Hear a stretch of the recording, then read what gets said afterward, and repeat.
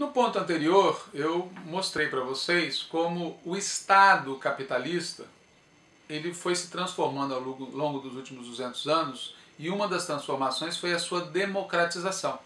E falei também que os capitalistas agem para deter esse processo de democratização, usando, por exemplo, o dinheiro nas campanhas eleitorais ou o controle dos meios de comunicação.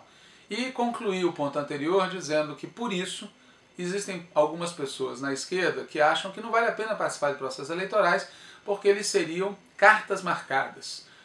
Essa ideia tem longa tradição na história da esquerda. Os anarquistas, no século XIX, diziam que a esquerda, os trabalhadores, não deviam participar da política burguesa. E foram os marxistas que defenderam que era necessário participar da política. Por quê? Em primeiro lugar, porque participar dos processos eleitorais e, de maneira mais geral, participar da disputa política dentro das regras do Estado capitalista burguês, da luta política controlada pela burguesia, participar desses processos permite algumas conquistas muito importantes para a classe trabalhadora.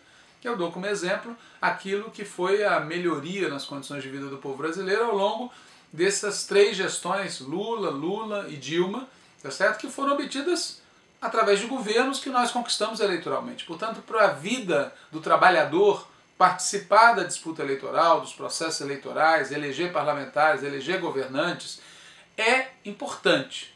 Mas o motivo principal pelo qual a gente deve participar dos processos eleitorais não é os ganhos imediatos. Porque esses ganhos imediatos acabam sendo diluídos e revertidos ao longo do tempo. O motivo principal é que apenas participando da luta política, apenas participando dos processos eleitorais, apenas fazendo política, é que as dezenas e dezenas de milhões de trabalhadores e trabalhadoras vão entender, vão conhecer e vão perceber os limites do Estado capitalista, os limites da democracia burguesa, os limites da política eleitoral, tal como elas existem, e vão construir os caminhos para superar esses limites. Não adiantaria de nada aquelas pessoas que já se deram conta desses limites guardarem o segredo para si e se colocarem à parte da sociedade. Nós temos que contribuir para o processo de educação da classe trabalhadora participando dessa disputa, que é através da participação nessa disputa que o conjunto da classe vai se dando conta desses limites. Por exemplo, falar de reforma política no Brasil há 10 anos atrás era uma coisa, falar hoje é outra. Por quê? Porque hoje muito mais gente se apercebeu de como é necessário mudar as regras do jogo se a gente quiser ter uma ampliação real da democracia no Brasil. E essa percepção não foi dada pelo discurso de ninguém, foi dada pela experiência prática de milhões e milhões de trabalhadores que estão disputando eleições, que estão atuando à frente de governos municipais, governos estaduais, governo federal, estão observando a política. Se nós tivéssemos ficado fora desse processo, nós não teríamos permitido esse aprendizado. Portanto, é importante participar da política e dos processos eleitorais, seja para obter conquistas imediatas, para melhorar a vida do povo, seja para educar a classe trabalhadora no sentido de, inclusive, superar os limites da democracia capitalista.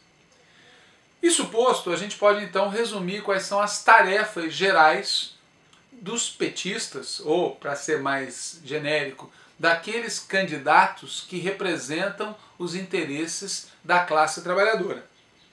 Bom, quais são essas tarefas mais gerais num processo eleitoral? Primeiro, estabelecer um canal de diálogo com a classe trabalhadora, especialmente com a juventude trabalhadora e com as mulheres trabalhadoras. A eleição é um momento de discutir política. E esse processo de discutir política tem que atingir, no momento que a gente vive agora, 2014, especialmente 2 setores: os jovens trabalhadores e as mulheres trabalhadoras que estão ingressando em grande quantidade no chamado mercado de trabalho. Então, o primeiro objetivo, dialogar, conversar, ganhar para as nossas posições a classe trabalhadora. O segundo objetivo é apresentar a nossa visão sobre os temas ideológicos, programáticos, estratégicos e táticos. A campanha eleitoral é um momento de debater política. E debater política significa apresentar a nossa visão de mundo, a nossa ideologia, apresentar a nossa visão de sociedade futura, o nosso programa, apresentar a nossa visão sobre os grandes conflitos do país, a nossa estratégia, e apresentar a nossa opinião sobre os conflitos da hora, a nossa tática. Um terceiro objetivo, traduzindo o segundo, é difundir as ideias e difundir as propostas vinculadas ao que a gente chama de projeto democrático popular articulado ao socialismo. Nós defendemos um desenvolvimento democrático, popular e articulado ao socialismo do Brasil. Defendemos o desenvolvimento, um desenvolvimento que garanta democracia, que garanta igualdade, garanta soberania, garanta integração e que, portanto, construa um caminho para a superação do capitalismo. O processo eleitoral é o momento de debater essas ideias com as pessoas. Isso significa traduzir, quarto objetivo, traduzir esse programa democrático, popular e socialista em termos de reformas estruturais para o país. A reforma política, a reforma tributária, as reformas agrária e urbana, a democratização da comunicação, aquilo que a gente chama de lei da mídia democrática, a universalização da saúde, da educação e de outras políticas públicas.